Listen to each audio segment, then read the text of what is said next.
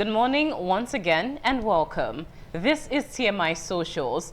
I am Chukufumnanya Digwe, and here's what's making waves across the social media space. Now, we begin with the security situation in Edo State, an update actually, where police in Auchi, Edo State, have arrested suspected kidnappers linked to the abduction of Dr. Ibrahim Babatunde Abu and the killing of his brother Tahir Abu earlier in January. Yes, this is a story that really took the social media space by storm, as other time it happened in January, and it happened in Auchi here in Edo State. Earlier in January, the suspects were exposed after they returned to the same hospital where Dr. Abu works, bringing a child for treatment, and were immediately identified by the doctor. Tahir was later found murdered after the kidnapping, while Dr. Abu escaped captivity. The suspects, now in police custody, are being investigated as authorities intensify efforts to dismantle kidnapping networks in the area. Now, there's the story. You've seen the video clips playing on your screen right now of these alleged kidnappers that were identified by the Dr. Abu. Now, let's get to see how the social media space is reacting to this particular story. The first comment reads, "Life is such a funny thing. You kidnapped a medical doctor and his brother, demanded for 100 million naira, killed the younger brother in the process, and released the doctor after a ransom of millions was paid. Now your own child is sick and you rushed her to the hospital, and guess who attended to the child?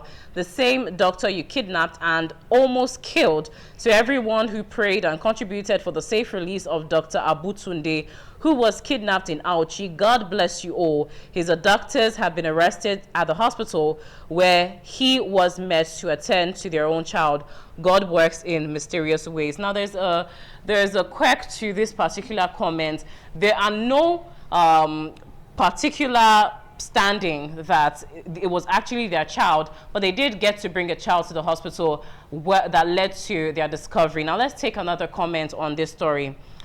This commenter says, "See the calmness. That's from knowing they'll be out soon. They know nothing will happen to them as far as prosecution and imprisonment is concerned. The state government will bungle that case to satisfy his Abuja ogas." Well, let's see the final comment on this particular story before we move on to other stories that are trending.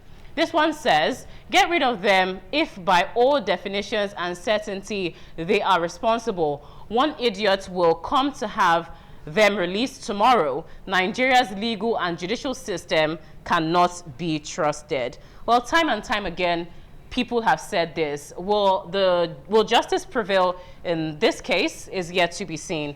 Now, for our second story, on February 4, 2026, this actually formed the crux of our conversation right here across our network centers.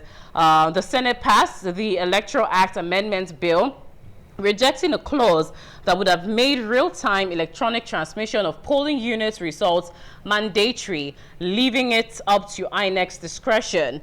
The move drew sharp criticism from political parties, civil society, and labor unions. Groups like the Obedience Movement, led by Aisha Yusufu, staged protests in Abuja, demanding instant results, while the Nigeria Labour Congress has threatened nationwide strikes and election boycotts if the final law doesn't include a clear real-time mandate. Let's get to see a snippet of when this was brought up in the House, and then we'll take reactions.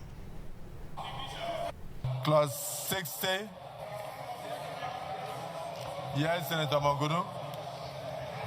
Mr. President, distinguished senators, my name is Mohamed Tahir Manguno. I represent Barunet Senatorial District. Mr. President, I propose that instead of using the word transmission, we should retain what is in the existing word extant law, which is transfer.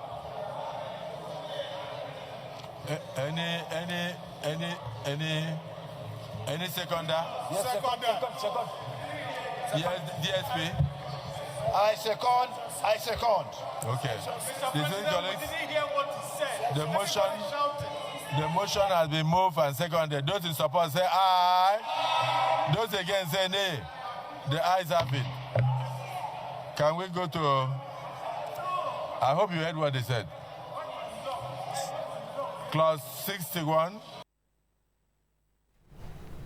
Well, that is the video from the Senate that has actually sparked widespread criticism and outrage. Among this outrage is protest led by Aisha Yusufu and the Obedient Movement Group. Let's get to see.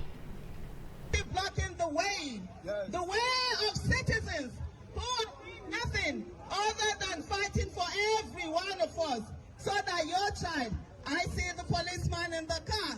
Yes, you're looking at me.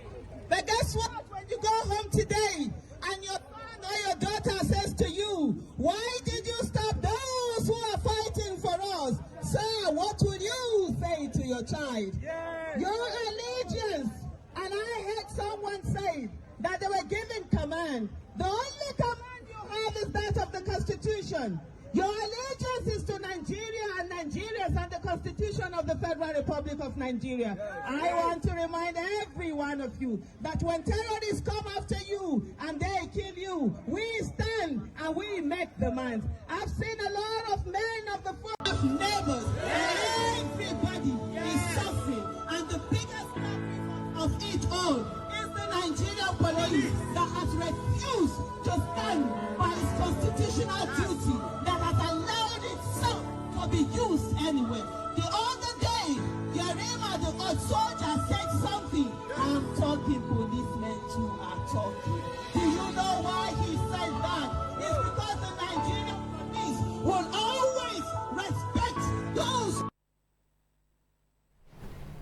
Well, that snippet you just got to see is happening real time, the same real time that the Senate does not want to promise on the election results. Well, you got to see a video there of Aisha Yusufu leading the Obedient Movement Group and some other aggrieved Nigerians right now on this same issue, talking about comments and what the social space is saying. Let's get to see this video that embodies that.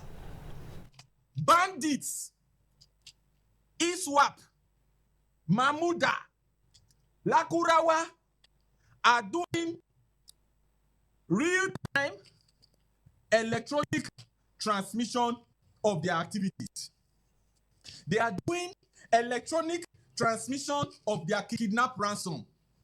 They are doing TikTok live electronic discussion of their kidnapping activities.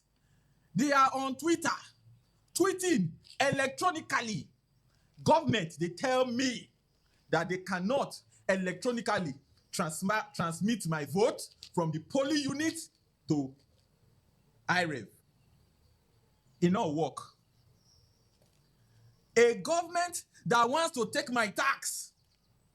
A government, I transfer money from one account, enter another account. You collect tax inside. Nekwemu, shame no catch you. I transfer money from account A to another account B. You collect tax, but you no one transmit election result electronically. So you like my tax, but you not like my vote. Boy, I pour you spit at Babio. Wagbe.